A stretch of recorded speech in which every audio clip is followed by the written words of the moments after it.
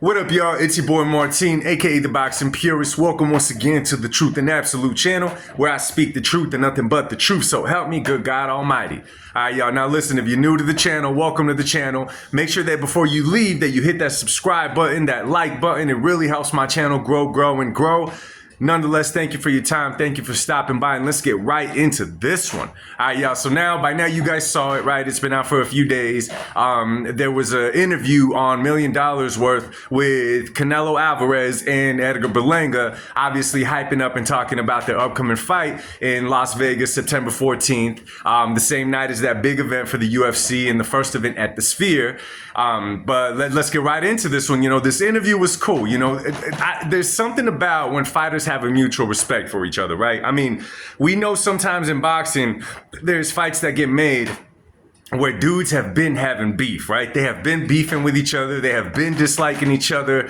When it's those kind of fights, you kind of wait for the press conference to see how they're going to mouth off at each other, right? What are they going to say? What are they going to pull on each other? How are they going to clown on each other? When they face off, is there going to be a push? Is there going to be a mini scuffle? You kind of look forward to those things when it's a genuine, these guys don't like each other, right? But in the case of Canelo Alvarez and Edgar Berlanga, even though in the press conference in LA, it got a little bit more heated between them, it didn't seem like they disliked each other, more like they were just trying to hype up the fight. Now, I gotta say one thing about Edgar Berlanga that I really admire and like about the kid, man. You know, it's crazy to think that Ryan Garcia and Edgar Berlanga are around the same age. I want to say that they're almost exactly the same age. And you look at how Edgar carries himself and you look at how Ryan carries himself. Now, of course, you know, Edgar doesn't got all the endorsements that Ryan has. He doesn't got all the followers on IG that Ryan has. He hasn't had the payday that Ryan Garcia has yet. You know what I'm saying? So that may change. But up to now, I like how Edgar carries himself. He presents himself well. And I really like that about the kid. Anyway, so, you know, both fighters, man, you know, you had the dudes asking both of them questions, you know, leading up to the fight, everything from who is your toughest opponent, you know what I'm saying? What does this fight mean to you? You know, asking Edgar Berlanga, you know, you already got the bag, this and that. And, you know, Edgar Berlanga's talking about his legacy. Like, you know, pretty much Edgar Berlanga said, you know, the money's already going to be there. September 14th and the fight in Vegas, the bag is already there. It's fixed. It has my name on it. Win, lose, or draw, that bag is mine. But Edgar said he's fighting for legacy. You know what I'm saying? He knows that the money's going to be there, but Edgar Berlanga's fighting for legacy. So I'm hoping this brings out the best Edgar Berlanga when it comes to that fight against Canelo in September. Now, on Canelo, obviously the questions were a little bit more in depth because Canelo, you know, he's a legend in the game. He's been in the game so much longer than Berlanga. And he's the face of boxing. So there's so many other things you could ask him. And I'm telling you, man, for whatever reason, as of late, there's a lot of things coming out about Canelo. What happened in his career that even me, it's not that I didn't know, but there's just certain things that were not talked about, certain things that we maybe didn't even care to know. Not in a bad way, just, you know, for what? But one of the questions I was asked to Canelo, and I was surprised on this one because I was certain I knew the answer. They asked Canelo, who is the hardest puncher that he's faced, right? Myself, I thought he was going to say Gennady Golovkin. That's just what I thought. You know, Canelo's had like 62 fights. I thought he was going to say Gennady Golovkin or Miguel Cotto at that.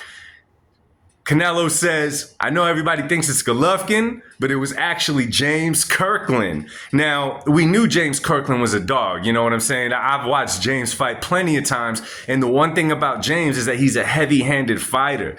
Heavy-handed fighter. You see it, that George Foreman looks like it's traveling slow, but if he catches you with it, my God. So Canelo said that's the reason that he knew that he had to end that fight early against James Kirkland, but that was a surprise. Now, second, one of the guys asked a real solid question because, you know, everybody wants to know this. And I'm glad that he asked this question because it gives the casuals a better, clear view of how the boxing business works and why Canelo is at the place now where he could pick who he wants to fight. So, you know, the guy asked him pretty much like, you know, Canelo, do you think that boxing would be in a better place if, you know, you kind of had a fight the lineup of fighters rather than fighters picking who they want to fight? To where Canelo's answer was, listen, everybody has done this. Floyd Mayweather, the Golden Boy Oscar De La Hoya, Iron Mike Tyson. Who else did he say in there? There was one more that he said, Mike Tyson, Floyd Mayweather, all those guys. Oh, Chavez. And one thing in common with all these guys, maybe not Mike Tyson, but he was a big money fighter. All these guys reached a level in their career where their careers were already established. Chavez, Money Mayweather, Oscar De La Hoya had some things going on at the end of his career. But let's just say, for example, Chavez and Floyd Mayweather. When Floyd Mayweather signed that deal with Showtime, I don't know if y'all remember it, it was a $250 million deal with Showtime for 6 fights. At that point, Floyd Mayweather's career was already established. Floyd already did what he wanted to do in the game. He'd been doing it for so long. He was already established as one of the top fighters. At that point, it was just let me go make money off these fights. That's the reason that he fought Marcos Maidana, which turned out to be a good 2 tough fights. It's the reason that he fought Robert the Ghost Guerrero. It's a reason that he fought Andre Berto as his last fight as part of that contract. Think about these things. They were all money grabs because his career was already established. You know, the same thing with Julio Cesar Chavez. You know, he hung out very, very long in the game and ended up taking losses at the end. Most of that was probably due because of the finances, but nonetheless, he was already established. Now, when you got to keep on fighting just to keep on making money, it's dangerous for any fighter. Nonetheless, those careers were already established, and that's what Canelo's trying to say now. You know, Canelo said, listen, I had to fight a catchweight against Floyd Mayweather. I had to fight a catchweight against Miguel Cotto. This has been done to me in the past. I'm done with people telling me who I need to fight. I'm in the driver's seat. I get to pick who I want to fight. Has nothing to do with cherry picking. It has nothing to do with picking easy fights. It has everything to do with picking the fights that make the most business sense. Business sense, right? And it makes perfect sense to me. And y'all got to remember one thing too, and I don't know if y'all notice. Do y'all notice in the boxing world today, fighters are fighting maybe one time in the whole year? Right? David Benavidez fought this year. We're not going to see him again for the rest of the year, probably till next year. The same thing with Tank Davis. The same thing goes for a lot of these fighters. Devin Haney's taking the whole year off. Ryan Garcia is suspended. Shakur Stevenson, they might be setting up a fight with him and Tank or William Zepeda. And nonetheless, it's not going to be for a damn while. I don't know what it is with the boxing world that these dudes take so long and only fight once a year and still expect to land the big fights. You know, you got Canelo, who had to fight Austin Trout, who had to jump through every burning hole, cross every bridge, everything. He had to do everything in order to get to the position that he's at. And now he's going to enjoy that position, right? There was a couple other things talked about, man. They also asked Canelo about the event going on at the UFC with Turki Al-Sheikh backing that event. Now, let me tell you something about the event. I got some personal friends that are UFC fans that are not going to go to the Sphere for 2 reasons. 1, Canelo's fighting the same night. 2, the tickets for that UFC event are freaking crazy. And I'm not a UFC guy, but from what I hear, the card is not nothing worth it. You're paying because it's the first event at the Sphere. Obviously, it's back with Turki Al-Sheikh. So we will see what goes on with that. Honestly, man, it's a boxing weekend. I want to say that boxing is still bigger and dominates the UFC. I think that weekend is going to be a packed house for Canelo and maybe UFC as well, but I don't think it's going to affect Canelo at all after I found out about the ticket prices and all of that. So they also brought up Benavidez. They didn't bring up Benavidez to Canelo. They brought him up to Edgar Berlanga because obviously I'm sure Benavidez is a little sour that Berlanga got the fight and he didn't. Now, I know a lot of you guys instantly are like, yo, Benavidez deserved the fight. Benavidez deserved the fight. This and that. Listen, when you're trying to do business, I'm going to say this again.